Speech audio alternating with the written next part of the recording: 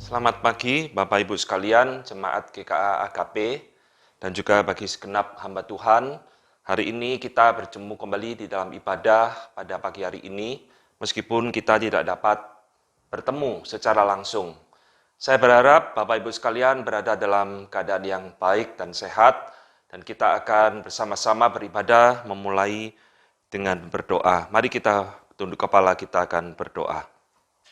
Bapa di dalam surga, kami menyerahkan hari-hari yang sulit ini ke dalam tangan-Mu, memohon belas kasihan Tuhan di tengah-tengah segala kesulitan, penderitaan yang sedang terjadi ini. Biarlah hati kami terus terarah kepada Tuhan, senantiasa belajar melihat akan kebaikan Tuhan, anugerah Tuhan di tengah-tengah segala kesulitan yang sedang ada di depan mata kami. Hari ini kami kembali akan beribadah Tuhan, meskipun kami tidak dapat bertemu, bertatap muka secara langsung, tapi kami percaya Tuhan hadir di dalam rumah kami masing-masing, menyertai dan memberkati pemberitaan firman pada pagi ini. Kau juga pimpin hamba-Mu di dalam segala apa yang sudah dipersiapkan. Dan Tuhan juga memberkati sarana internet yang sedang kami pakai, supaya semuanya boleh Tuhan pakai untuk boleh melakukan ibadah pada pagi hari ini. Terima kasih Bapa. Di dalam nama Tuhan Yesus kami berdoa. Amin. Saudara sekalian, mari kita membuka Alkitab bagian dari Keluaran pasal 20 ayat ke-17. Keluaran 20 ayat ke-17 merupakan bagian nats firman Tuhan yang diberikan kepada saya dengan tema adalah contentment, kepuasan. Saudara, kita akan membaca bersama-sama. Keluaran 20 ayat 17 berbunyi seperti ini. Jangan mengingini rumah sesamamu, jangan mengingini istrinya, atau hambanya laki-laki, atau hambanya perempuan, atau lembunya, atau keledainya, atau apapun yang dipunyai sesamamu. Sampai di sini kita membaca firman Tuhan. Saudara, kita tahu bahwa perintah ke-10 ini adalah bagian daripada the Ten Commandment, atau 10 perintah Allah yang Tuhan berikan kepada kita. Saudara, banyak orang memberikan satu pertanyaan kepada kita, masihkah kita perlu mempelajari 10 hukum Allah ini, saudara? Padahal kita tahu 10 hukum Allah ini merupakan bagian daripada hukum Taurat Musa di dalam perjanjian lama. Lalu bagaimana kita melihat relevansi gereja, orang percaya zaman sekarang dengan 10 hukum Allah ini? Nah, saudara, sebelum saya akan membahas tentang ayat ini, saya ingin memberikan satu hal kepada kita, saudara. Bagaimana teologi reform itu melihat posisi 10 hukum Allah ini di dalam pandangan teologi reform. Saudara, yang pertama, teologi reform itu selalu melihat ada 3 fungsi utama hukum Taurat. Yang pertama, hukum Taurat itu diberikan Allah sebagai alat untuk menunjukkan keberdosaan manusia. Di dalam hal ini adalah bangsa Israel, saudara, dan setelah manusia ditunjukkan akan keberdosaannya, maka hukum Taurat ini sekaligus menjadi bayang-bayang daripada Kristus yang akan datang. Jadi kita tahu di dalam hukum Taurat begitu banyak yang disebut dengan ceremonial law, yaitu bagaimana domba harus disembelih dan sebagainya. Itu merupakan bayang-bayang daripada Kristus yang akan datang. Nah, fungsi pertama ini biasa disebut dengan satu istilah theological function atau fungsi secara teologis, yaitu Taurat menunjukkan keberdosaan manusia, ketidakberdayaan manusia, dan sekaligus manusia itu membutuhkan Kristus Yesus. Tetapi fungsi kedua, saudara, disebut dengan political function. Hukum Taurat bukan sekedar menunjukkan keberdosaan bangsa Israel dan keberdosaan kita, tetapi hukum Taurat itu juga adalah untuk membatasi dosa. Jadi hukum Taurat diberikan, kalau kita membaca 5 kitab Taurat Musa, saudara akan menemukan di sana berbagai macam aturan yang diberikan oleh Allah kepada bangsa Israel. Nah, itu semua berakar sebetulnya di dalam 10 hukum Allah ini. Dan itulah yang disebut dengan political function, yaitu hukum Taurat itu berfungsi secara kemasyarakatan, secara politis untuk mencegah, membatasi orang itu berbuat dosa. Di dalam hukum Taurat kita melihat banyak aturan tentang membunuh, bagaimana seorang kalau membunuh harus lari ke kota pelarian untuk mencari perlindungan, mencari keadilan dan sebagainya. Itu semua ada bagian dari political function. Tetapi yang ketiga, saudara, hukum Taurat itu juga memiliki satu sifat yang disebut dengan pedagogical function.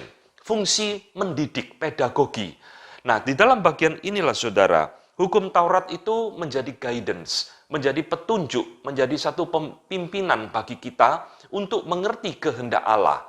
Jadi saudara, di dalam 3 fungsi hukum Taurat ini di dalam pandangan reform, 1 dan 2 itu sudah tidak berlaku bagi kita. Karena Kristus sudah datang, sudah mengenapkan hukum Taurat, dan kita tidak lagi hidup di dalam zaman seperti bangsa Israel yang dipimpin oleh Tuhan, teokrasi.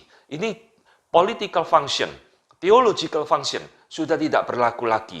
Tetapi di dalam pedagogical function, hukum Taurat itu tetap berlaku hingga hari ini.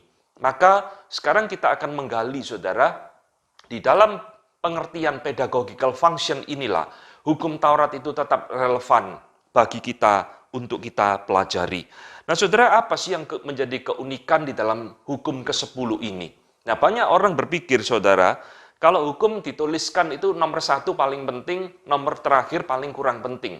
Sehingga banyak orang berpikiran, hukum ke-10 ini tentang jangan mengingini, itu dianggap hukum yang paling kurang penting, atau hukum yang paling tidak penting dari ke-10 hukum ini. Saudara, perspektif ini itu salah total, saudara. Keliru besar. Kenapa? Karena ini justru berbicara tentang motivasi yang ada di dalam diri kita. Nah, perintah 1-9 itu berbicara tentang action, tindakan nyata, tindakan yang bisa dilihat oleh mata, tindakan yang membutuhkan evidence, pembuktian untuk dinyatakan ini salah atau tidak. Orang kalau mencuri, tapi dia tidak terbukti mencuri, tidak bisa dituntut secara hukum, saudara, kan tidak ada buktinya. Tetapi hukum ke-10 ini, saudara, ini berbicara tentang sesuatu yang ada di dalam diri kita. Berbicara tentang motivasi, berbicara tentang inward, sesuatu yang tersimpan, tersembunyi di dalam segala lubuk hati kita yang terdalam. Maka saudara, kita keliru sekali kalau kita berpikir karena hukum ini ditaruh di dalam urutan ke-10, maka dianggap yang paling tidak penting. Justru saudara, ini adalah sesuatu yang menjadi latar belakang, motivasi munculnya dosa-dosa yang lainnya di dalam hukum ke-1 sampai hukum ke-9. Maka seolah-olah hukum ke-10 ini menjadi satu kesimpulan yang Tuhan berikan kepada bangsa Israel, kepada kita, saudara. Nah, di balik semua dosa-dosa di atas hukum 1 sampai ke-9 itu, di situ terdapat satu motivasi yang tersembunyi di dalam diri kita yang seringkali kita tidak sadari. Dengan kata lain sebenarnya, hukum ke-10 ini tidak kalah berbahayanya, tidak kalah pentingnya dengan hukum 1 sampai hukum yang ke-9. Saudara, seorang Puritan yang bernama Thomas Watson di dalam bukunya tafsiran The Ten Commandments, dia mengatakan, hukum ke-10 ini adalah moral vice, kejahatan moral, saudara. It infects and pollutes the whole soul. Itu menginfeksi dan memberikan polusi kepada seluruh jiwa manusia. Dan dia mengatakan, it is the mother of sin.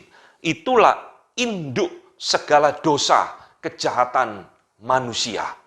Maka hari ini kita akan menggali bagian ini, saudara, perintah Tuhan di dalam 10 hukum yang terakhir ini. Kita ingin tahu apa sebenarnya yang Tuhan ingin sampaikan kepada kita. Saudara-saudara, perhatikan, di dalam hukum ke-10 yang tadi kita baca, itu diawali dengan kalimat jangan mengingini. Saudara, apa sih yang salah dengan keinginan? Siapa di antara kita yang mendengar khotbah ini, saudara, tidak pernah menginginkan sesuatu di dalam hidup? Tidak ada, saudara. Semua manusia itu punya keinginan, punya kemauan, punya kehendak. Lalu apa, saudara, yang salah? Nah, saudara, bahasa Indonesia kita, Alkitab kita, itu memakai kata jangan mengingini ya. Padahal sebenarnya di dalam bahasa aslinya, kata-katanya itu lebih dari sekedar mengingini. Sayangnya, saudara, di dalam LAI kita, itu tidak ada padanan kata yang mewakili arti sesungguhnya dari perintah ke-10 ini. Saudara, ini bukan bicara soal keinginan biasa, saudara. Seperti keinginan, oh saya mau makan, oh saya mau beli barang ini, oh saya beli butuh barang itu, dan sebagainya. Ini bicara tentang sesuatu keinginan yang jahat, saudara. Ini bicara tentang satu keinginan yang berdosa.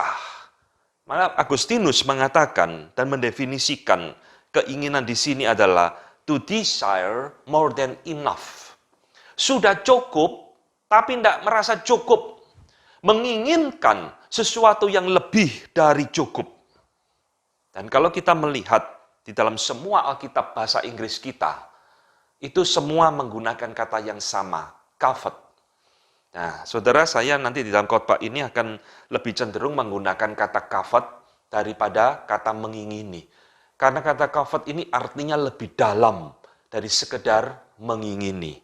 Nah, saudara, di dalam bahasa Yunani sendiri, covet ini ada dua kata yang dipakai, saudara. Yang pertama adalah pleonexia. Pleonexia artinya insatiable desire of getting the word. Satu keinginan yang tidak pernah terpuaskan untuk mendapatkan dunia. Insatiable desire. Kata kedua yang muncul di dalam bahasa Yunani itu adalah philaguria. Dari kata phileo, mencintai. Yang artinya inordinate love of the world. Satu cinta kepada dunia yang tidak layak, yang tidak semestinya, yang tidak sepatutnya. Inordinate love. Nah, saudara, kata inilah yang mewakili kata di dalam bahasa Inggris, covet. Jadi, covet itu adalah, saudara, satu keinginan yang tidak wajar, satu keinginan yang jahat, satu keinginan yang berdosa. Ini berbicara tentang sinful desire. Satu keinginan yang dibenci oleh Allah di dalam diri umatnya. Maka ini bukan sekedar mengingini, saudara. Tapi ini adalah covet. Dan keinginan di dalam covet ini harus dipuaskan, harus mendapatkan, harus menjadi sesuatu yang menjadi bagian di dalam diri kita. Dan pikiran ini adalah pikiran yang menguasai seluruh pikiran di dalam tubuh, di dalam jiwa, di dalam roh manusia.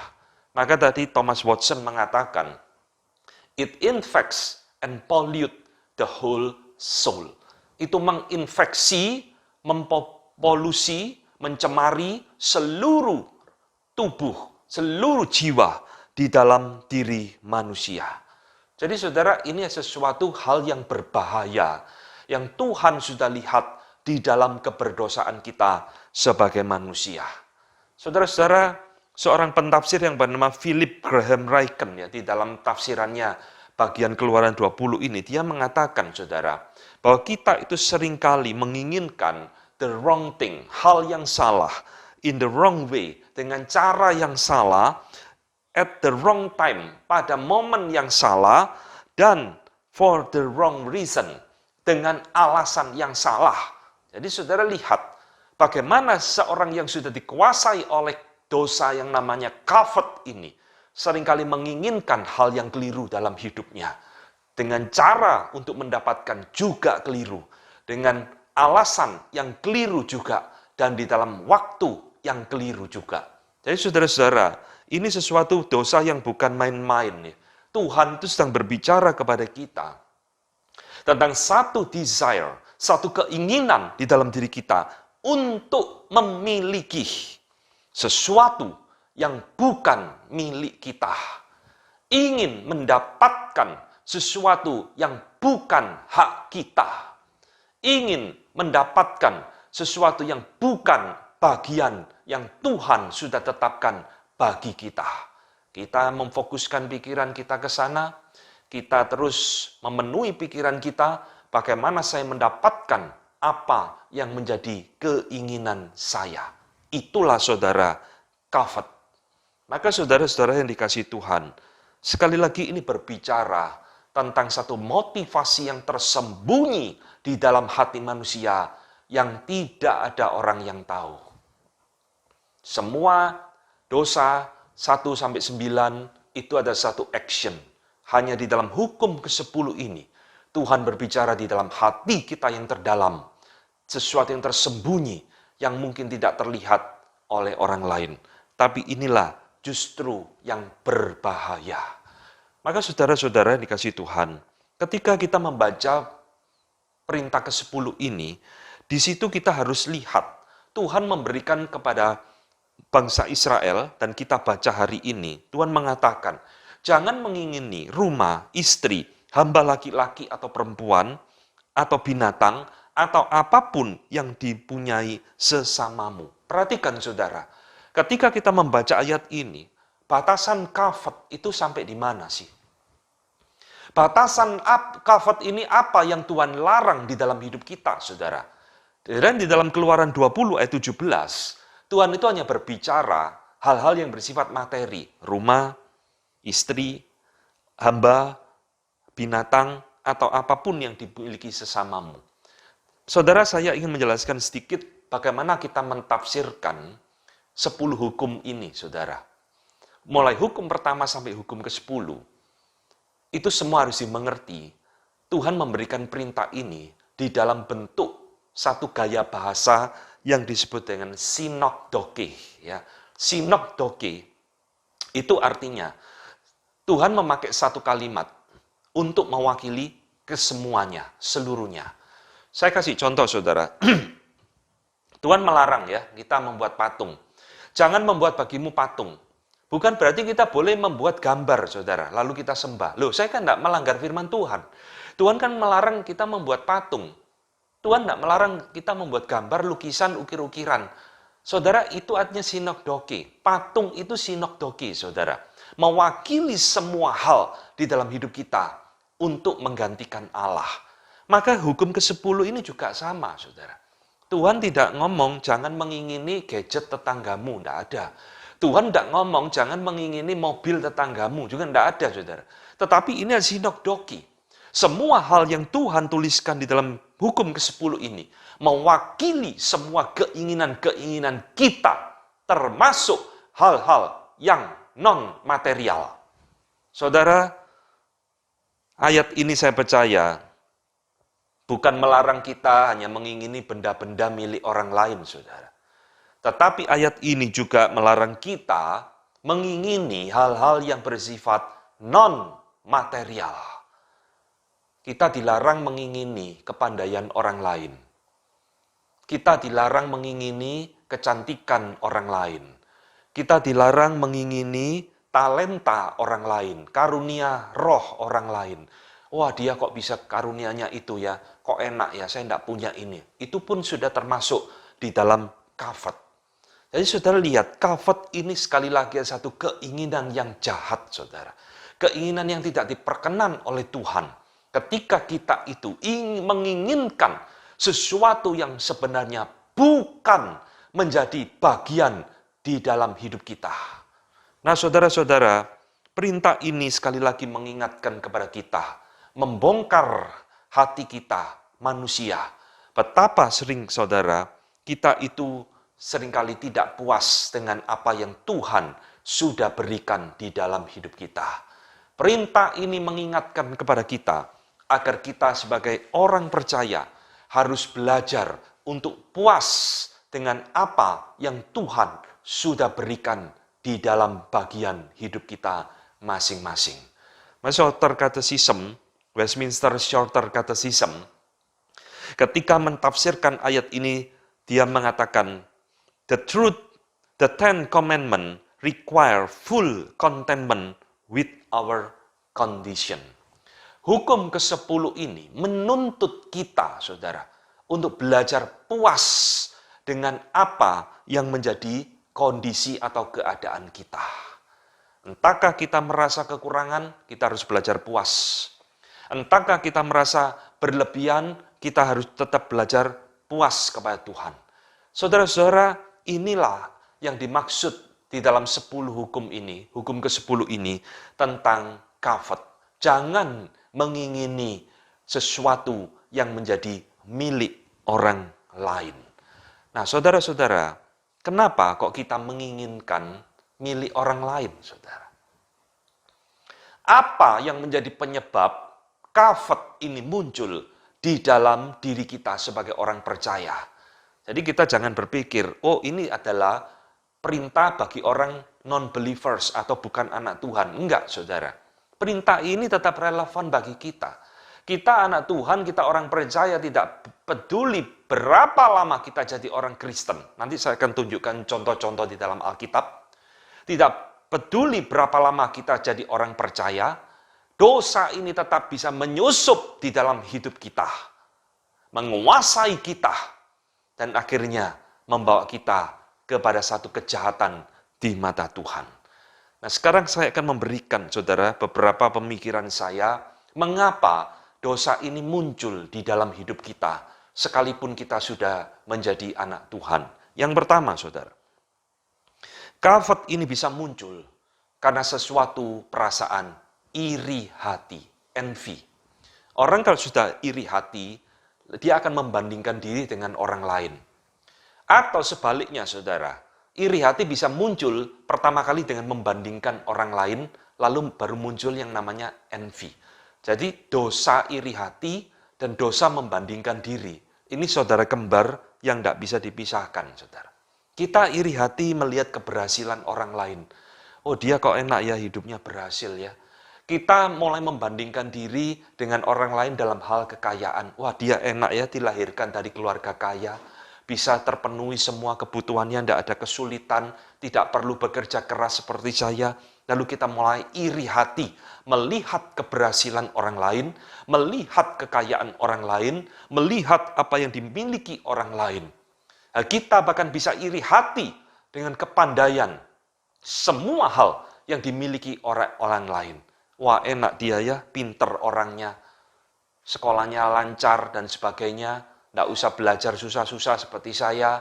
Nah, kita mulai membandingkan diri, lalu mulai muncul perasaan iri hati.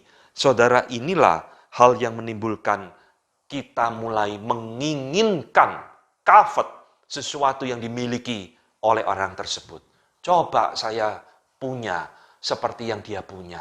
Hidupku pasti berbeda dengan sekarang. Saudara-saudara, ini kelihatannya hal yang lumrah, ya.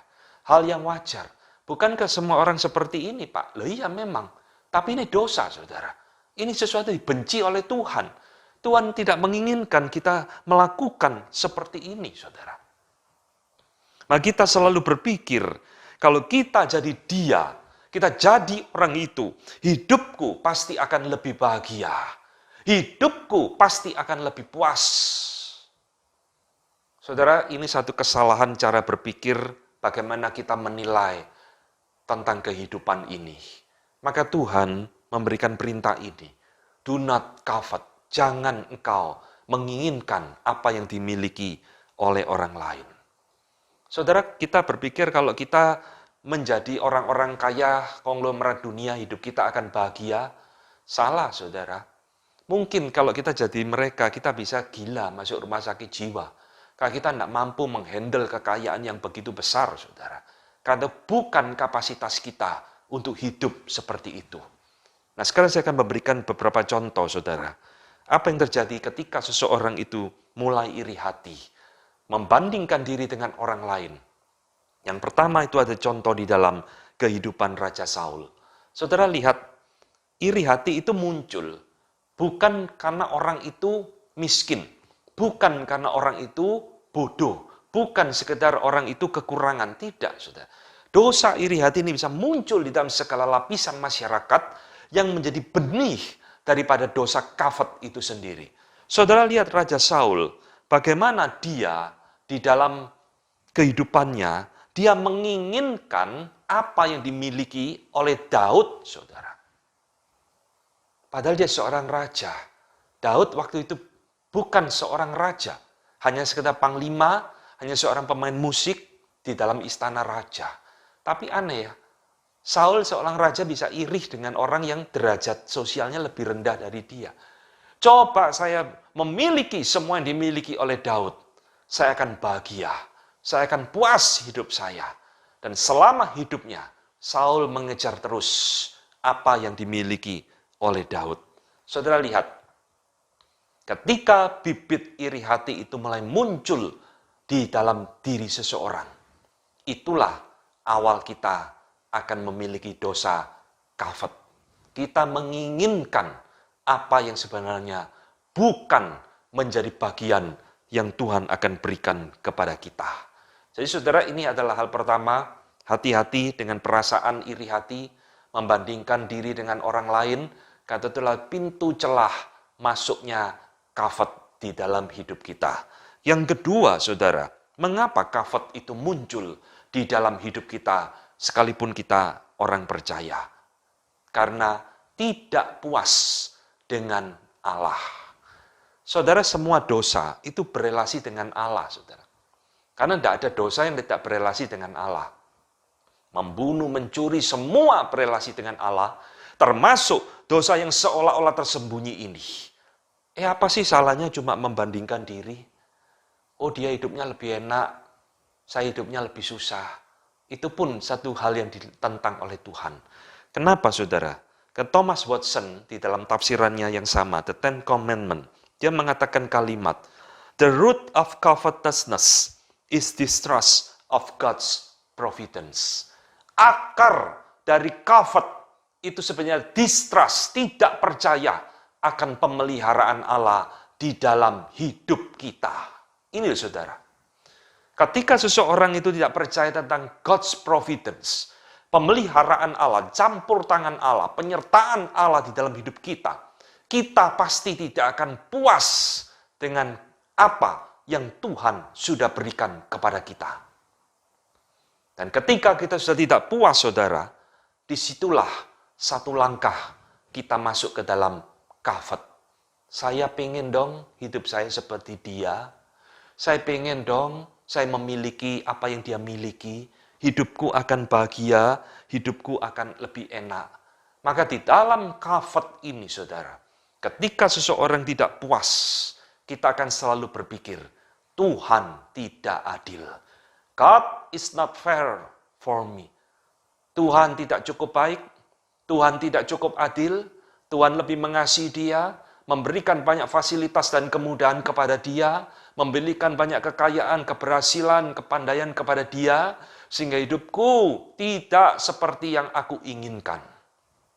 Dan ketika seseorang mulai kafat ini, dia akan mencari jalan keluarnya sendiri. Dia mulai akan melawan Tuhan.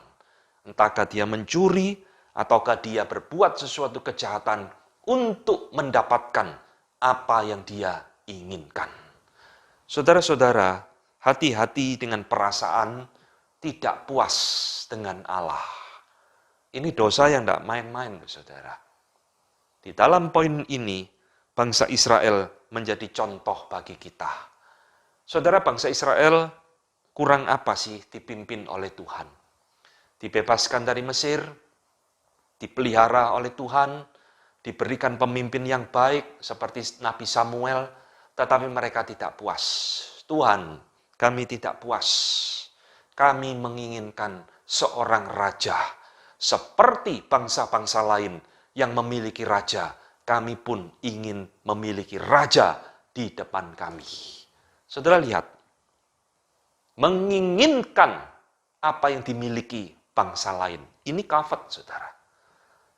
Kafat itu begitu smooth, begitu halus, masuk di dalam setiap aspek kehidupan kita. Dan celakanya ini dosa yang sering kita tidak sadari. Kita tidak puas kepada Tuhan. Lalu kita menuntut sesuatu yang dimiliki orang lain. Tuhan, berikan itu kepada saya. Nah, saudara, inilah faktor kedua. Mengapa kafat itu hadir di dalam hidup kita. Karena perasaan tidak puas kepada Tuhan. Yang ketiga, saudara, mengapa kita orang Kristen tidak luput dari dosa yang namanya kafat ini. Ini berkaitan dengan gaya hidup kita. Dan ketika berbicara tentang gaya hidup, ini semua berkaitan dengan gaya hidup materialisme, gaya hidup hedonisme. Saudara, dua gaya hidup ini sangat berkaitan dengan hukum ke-10 ini, saudara. Di dalam hati kita cenderung memiliki satu pemikiran bahwa kebahagiaan itu ada di dalam hidup kita Kepuasan itu ada di dalam hidup kita ketika saya mendapatkan semua yang saya inginkan. Ini filsafat materialisme, saudara. Mengukur kebahagiaan itu dengan sesuatu hal yang bersifat materi. Mengukur kepuasan hidup dengan sesuatu yang saya dapatkan di dalam hidup ini. Dan sekali lagi, saudara, ini adalah sesuatu yang salah di mata Tuhan. Tuhan mengingatkan, do not covet. Jangan mengingini. Saudara, karena gaya hidup orang bisa mencuri. Karena gaya hidup materialisme dan hedonisme, orang bisa melakukan banyak kejahatan di dalam hidupnya, saudara. Menghalalkan segala cara untuk mendapatkan apa yang dia inginkan. Saudara lihat, inilah yang terjadi di dalam hidupnya Ahkan. Di dalam Yosua pasal 7 ayat 21 dikatakan seperti ini. Setelah Ahkan itu tertangkap mencuri, ketahuan, dia berkata, aku melihat di antara barang-barang jarahan itu jubah yang indah buatan Sinear, 200 sikal perak dan sebatang emas 50 sikal beratnya. Aku mengingininya, maka ku ambil. Lihat, saudara. Semua itu berawal dari sesuatu yang namanya covet. Aku mengingininya, lalu aku mengambilnya.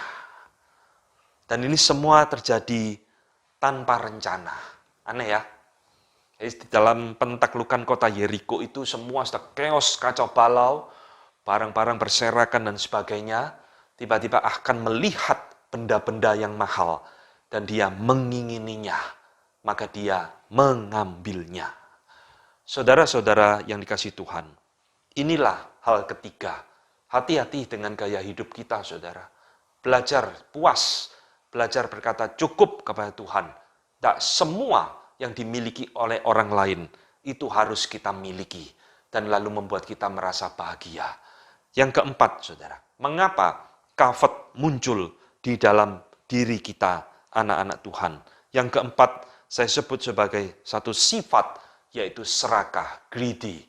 Saudara-saudara, covet jangan hanya dipikir, oh orang itu mengingini karena dia orang miskin. Tidak. Oh, orang itu mengingini milik orang lain karena dia memang membutuhkan. Tidak. Covet bisa muncul justru di dalam diri orang-orang yang sebenarnya bukan miskin dan tidak membutuhkan. Tadi Philip Graham Ryken mengatakan, we often want the wrong thing with the wrong way for the wrong reason. Ini kalimat penting, saudara. Dan inilah, saudara, yang terjadi di dalam dirinya Ahab. Saudara-saudara lihat, Ahab seorang raja, bukan orang miskin. Dia tidak berkekurangan, dia lebih dari cukup. Tetapi ketika dia melihat kebun anggurnya Nabot, wih, kebun anggurnya kok subur, enak ya, punya kebun anggur seperti ini. Nah, Ahab mengingini kebun anggur Nabot dan merampasnya dan seterusnya. Saudara-saudara yang dikasihi Tuhan, serakah, apa sih serakah itu? Serakah itu seperti yang tadi Agustinus katakan. Di dalam diri orang serakah tidak pernah ada kata cukup. Desire more than enough. Sesuatu keinginan yang terus tidak pernah terpuaskan lebih daripada cukup. Saudara, di dalam sejarah manusia ada seorang yang kaya di dalam zamannya bernama Rockefeller. Saya tahu semua pasti mengenal nama ini. Nelson Rockefeller. Saudara, Rockefeller pernah ditanya di dalam satu interview oleh salah satu stasiun TV. Dan wartawan ini tanya kepada dia, berapa banyak sih uang yang harus kau miliki supaya engkau bahagia? How much money does it take to be happy? Rockefeller mengatakan, saudara, just a little bit more. Cuma sedikit lagi lah, lebih dari sekarang ini. Saudara lihat, ini orang kaya, saudara. Karena serakah hidupnya tidak akan pernah puas. Terus akan mengejar harta. Terus mengejar sesuatu yang diinginkan di dalam hidupnya. sebagai satu definisi terhadap kebahagiaan. Saudara, Pengkhotbah 5 ayat 10 mengatakan, siapa mencintai uang tidak akan pernah puas, saudara, dengan uang, dan siapa mencintai kekayaan tidak akan puas dengan penghasilannya. Siapa yang mencintai uang tidak akan puas dengan uang. Dan siapa yang mencintai kekayaan tidak akan puas dengan penghasilannya. Saudara, inilah 4 pintu utama menurut saya mengapa hati kita dipenuhi dengan kafet. Iri hati, tidak ada rasa puas dengan Tuhan. Kemudian adalah kita seringkali memiliki gaya hidup materialisme, dan kita selalu dipenuhi dengan satu sifat serakah di dalam diri kita. Maka saudara, hati-hati dengan keinginan kita. Hukum ke-10 ini Tuhan berikan, ada sesuatu peringatan yang nyata di dalam hidup manusia sepanjang zaman, termasuk bagi anak-anak Tuhan. Maka saudara, kafet selalu memiliki satu ciri utama di dalamnya. Semakin saya mendapatkan yang saya inginkan, maka saya menjadi orang yang paling berbahagia. Caranya tidak peduli, entah saya bisa membeli. Jadi kafet ini tidak selalu mencuri, saudara. Oh, saya melihat tetangga punya mobil baru, lebih mewah dari mobil saya bisa loh beli. Dia pilih, nggak mencuri. Tapi itu kafet, saudara. Mas saudara, hati-hati ya dengan apa yang menjadi peringatan di dalam 10 hukum ini. Saudara, Jeremiah Burroughs, seorang Puritan, di dalam bukunya The Rare Jewel of Christian Contentment, atau mutiara yang hilang dari kepuasan Kristen, dia mengatakan, saudara, bahwa mempelajari atau mengenali keinginan alami kita dapat membawa kita menyimpang. Itu ada satu pelajaran yang paling sulit, sekaligus pelajaran yang paling penting di dalam School of Christ, sekolahnya Kristus. Jadi saudara, Jeremiah Burroughs di dalam buku ini ingin mengatakan, mengenali our natural desire, keinginan alami kita yang bisa menyesatkan kita, itu adalah pelajaran yang paling sulit, sekaligus pelajaran yang paling penting di dalam sekolahnya Kristus. Lihat saudara, murid-murid Tuhan Yesus memiliki keinginan yang tidak beres.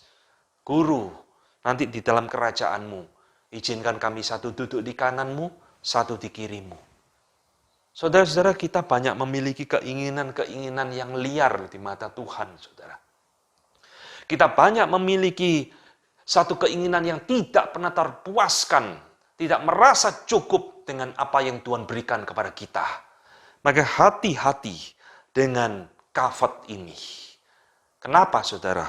Karena kafet ini adalah sesuatu yang berbahaya. Nah, saya akan sekarang masuk di dalam topik bagian terakhir dari khotbah saya tentang bahaya kafet. Saudara, kafet bukan saja Tuhan benci, Tuhan larang, tapi kafet ini juga sesuatu dosa yang berbahaya bagi kita. Mengapa bahaya, saudara? Ada 3 hal yang menjadi perenungan kita. Pertama, kafet selalu merampas kebahagiaan di dalam hidup kita. Aneh ya, saudara? Orang yang kafet itu justru berpikir, kalau saya mendapatkan apa yang saya inginkan, saya akan bahagia. Kalau saya memperoleh apa yang saya mau, saya akan puas. Tapi realitanya, saudara, semakin orang menginginkan sesuatu di dalam hidupnya, justru dia semakin tidak berbahagia. Terus mengejar sesuatu di dalam hidupnya, justru itu merampas kebahagiaan itu. Saudara-saudara yang kasih Tuhan, ini satu ironi yang tidak disadari oleh banyak orang. Bahwa kafet ternyata bukan membuat kita bahagia. Kafet justru merampas kebahagiaan kita. Lihat Raja Saul. Saudara, Raja Saul menginginkan apa yang dimiliki Raja Daud. Hidupnya bahagia enggak, saudara? Hidupnya tambah puas enggak, saudara? Justru hidupnya seperti orang gila. Tidak ada kebahagiaan. Tidak ada sukacita sama sekali. Tiap hari penuh kebencian, melihat Daud dipuji orang, melihat Daud sukses, melihat Daud berhasil, hidupnya penuh amarah, dendam, kebencian yang luar biasa kepada Daud. Inikah bahagia yang engkau cari di dalam hidupmu? Semakin engkau covet, semakin sukacita, kebahagiaan itu akan lenyap di dalam hidupmu. Saudara-saudara, Jeremiah Burrow di dalam bukunya tadi mengatakan satu kalimat yang sangat terkenal sekali. Dia mendefinisikan tentang bahagia. Apa sih bahagia itu? Nah, dia mengatakan, Christian happiness comes not from getting more, but from wanting less. Kebahagiaan Kristen yang sejati itu bukan dari getting more, mendapat lebih. Semakin saya dapat, semakin bahagia, semakin dapat bahagia. Tidak. Tapi kebahagiaan Kristen itu muncul dari wanting less. Semakin kita tidak menginginkan, justru itulah semakin membuat kita bahagia. Ini paradoks, saudara. Semua nilai-nilai Alkitab selalu berbeda dengan prinsip dan filosofi hidup dunia.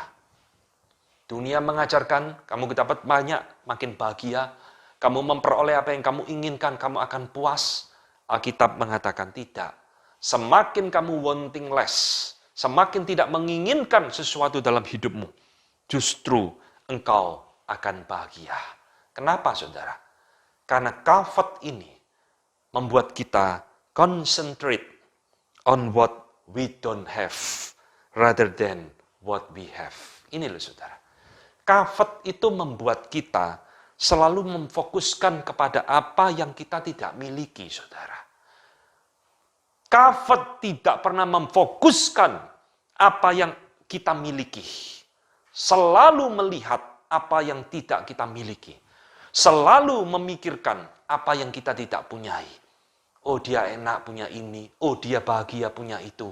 Lalu kita menginginkan semua yang dimiliki oleh orang lain. Dan kita berpikir, kalau saya mendapatkan semua itu, saya akan bahagia. Salah.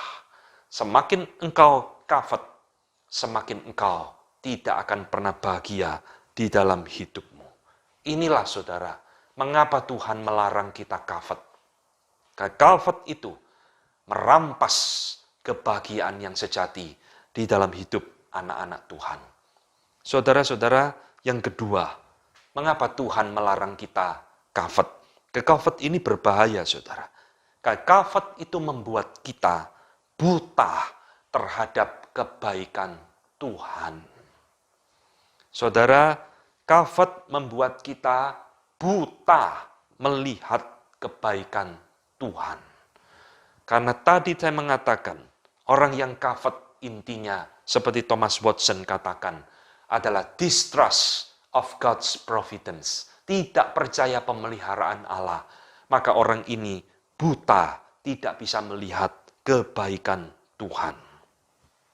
Setiap kali kita menginginkan milik orang lain, atau sesuatu yang kita inginkan dalam hidup kita, sebenarnya itu berpotensi membuat kita melupakan semua kebaikan Tuhan. Saudara lihat bangsa Israel, setelah dibebaskan dari bangsa Mesir, dari penjajahan Mesir, dibawa oleh Tuhan menuju tanah Kanaan. Di dalam perjalanan, bangsa Israel terus-menerus tidak pernah melihat kebaikan Tuhan. Mengeluh, komplain kepada Allah untuk sesuatu kesulitan sedikit yang mereka hadapi. Perhatikan, saudara, di dalam Bilangan 11 ayat 4-5, mereka komplain kepada Musa, siapakah yang akan memberi kita makan daging? Kita teringat kepada ikan yang kita makan di Mesir dengan tidak bayar apa-apa, kepada mentimun, semangka, bawang pre, bawang merah, dan bawang putih, dan seterusnya. Saudara lihat, kalimat yang bodoh luar biasa. Mengapa bangsa Israel mengatakan kalimat ini? Karena mereka sudah tidak bisa melihat kebaikan Tuhan. Pembebasan dari penjajahan Mesir selama 400 tahun lebih dinilai tidak berharga. Lebih berharga mentimun, semangka, bawang pre, bawang putih, ikan, dan sebagainya. Covet membutakan mata kita untuk melihat semua providensi Allah di dalam hidup kita. Dan saudara-saudara, inilah sebabnya ketika kita sudah buta, karena kita menginginkan sesuatu yang tidak kita miliki, maka seumur hidup orang seperti ini tidak akan pernah bersyukur kepada Tuhan. Selalu tidak puas, selalu berpikir Tuhan tidak adil, maka tidak pernah belajar untuk give thanks, praise the Lord, untuk apa yang Tuhan sudah berikan kepada hidupnya. Saudara, mari kita belajar seperti Paulus. Di dalam Filipi 4 ayat 11, Paulus mengatakan, aku telah belajar untuk mencukupkan diri di dalam segala hal. Aku tahu apa itu kekurangan, aku tahu apa itu kelebihan. Dan di dalam segala hal, aku belajar mengucap syukur. Saudara, inilah keinginan Tuhan bagi kita, saudara. Belajar puas dengan apa yang Tuhan sudah berikan kepada kita, yang menjadi bagian di dalam hidup kita. Ketiga, mengapa kafat itu berbahaya? Mengapa Tuhan melarang dosa mengingini ini? Saudara, tadi di depan, saya mengutip perkataan Thomas Watson yang mengatakan, kafat is the mother of sin. Kafat adalah induk segala dosa, menurut Thomas Watson. Dan ini bukan sesuatu yang salah, ini bukan sesuatu yang berlebih-lebihan, ini dibuktikan di dalam Alkitab sendiri. Saudara lihat, Daud melakukan dosa, mencuri istri orang lain, berzina dengan orang lain, dan akhirnya melakukan dosa, membunuh orang lain. Semuanya muncul karena kafat. Daud melanggar perintah jangan membunuh, jangan mencuri. Dia mencuri istri orang lain. Daud melanggar perintah jangan berzina. Dia berzina dengan istri orang lain. Daud melanggar perintah jangan membunuh. Dia membunuh Uria, suaminya Batseba. 3 dosa muncul dari mana? Kafat, mengingini milik orang lain. Maka Thomas Watson mengatakan, kafat is the mother of sin, saudara. Ini dosa yang bahaya luar biasa. Dosa ini ada menjadi bahaya. Sebab kafat adalah dosa yang beranak kepada dosa yang lain. Contoh tadi yang saya katakan, Ahab juga sama. Mencuri kebun anggurnya Nabot. Dia berdusta, memfitnah Nabot. Melanggar perintah jangan berdusta. Dan dia melakukan dosa, jangan membunuh. Akhirnya dia membunuh Nabot. 3 dosa dilakukan Ahab. Karena apa? Kafat, mengingini milik orang lain. Saudara-saudara, Yudas juga sama. Dia menjual Tuhan Yesus karena dia mengingini uang yang bukan milik dia. Nah, saudara lihat, inilah sebabnya saudara, Tuhan memberikan perintah ke-10 ini menjadi induk yang memberikan kesimpulan bahaya daripada mengingini. Karena kita mengingini Allah lain, kita bisa menyembah berhala. Karena kita mengingini sesuatu yang bukan milik kita, kita bisa berdusta, membunuh, berzina, dan berbagai kejahatan lainnya. Mas saudara, menutup khotbah kita hari ini, bagaimana kita harus belajar berbahagia di dalam hidup ini. Saudara, kita belajar berhidup tanpa kafat. Bagaimana kita bisa memiliki hidup yang kafat free, bebas dari mengingini milik orang lain. Yang pertama tidak lain tidak bukan adalah harus belajar puas, konten. Saudara-saudara sekalian, puas itu artinya apa? Puas artinya tidak menuntut apa-apa dari Tuhan. Puas berarti menerima apa yang Tuhan berikan menjadi bagian di dalam hidup kita. Itu puas. Puas berarti no more desire, wanting less. Tidak menginginkan sesuatu yang bukan menjadi kebutuhan di dalam hidup kita. Puas berarti tidak membandingkan diri dengan orang lain. Tidak iri hati dengan orang lain. Itu berarti kita konten, puas dengan apa yang Tuhan berikan kepada kita. Saudara, Ibrani 13 ayat 5 mengatakan, janganlah kamu jadi hamba uang, Cukupkanlah dirimu dengan apa yang ada padamu, karena Allah telah berfirman, Aku sekali-kali tidak akan membiarkan engkau dan tidak akan meninggalkan engkau.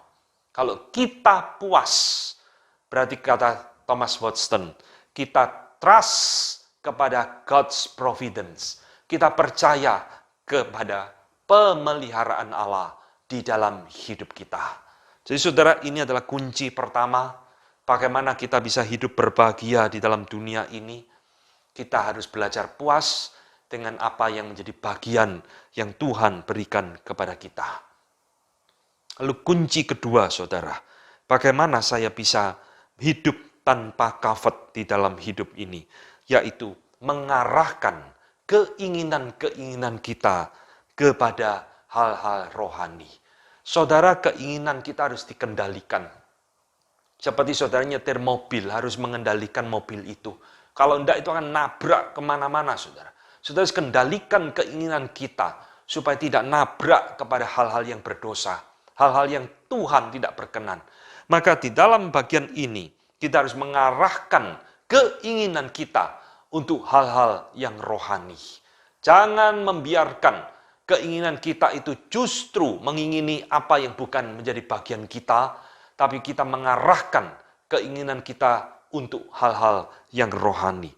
Saudara, Tuhan Yesus mengatakan di dalam Matius 6 ayat 33, carilah dahulu kerajaan Allah dan kebenarannya, maka semuanya itu akan ditambahkan kepadamu. Kalimat ini, saudara, mengingatkan kepada kita supaya kita memakai semua keinginan-keinginan kita untuk hal-hal yang lebih baik, hal-hal yang rohani, hal-hal yang menyenangkan Tuhan.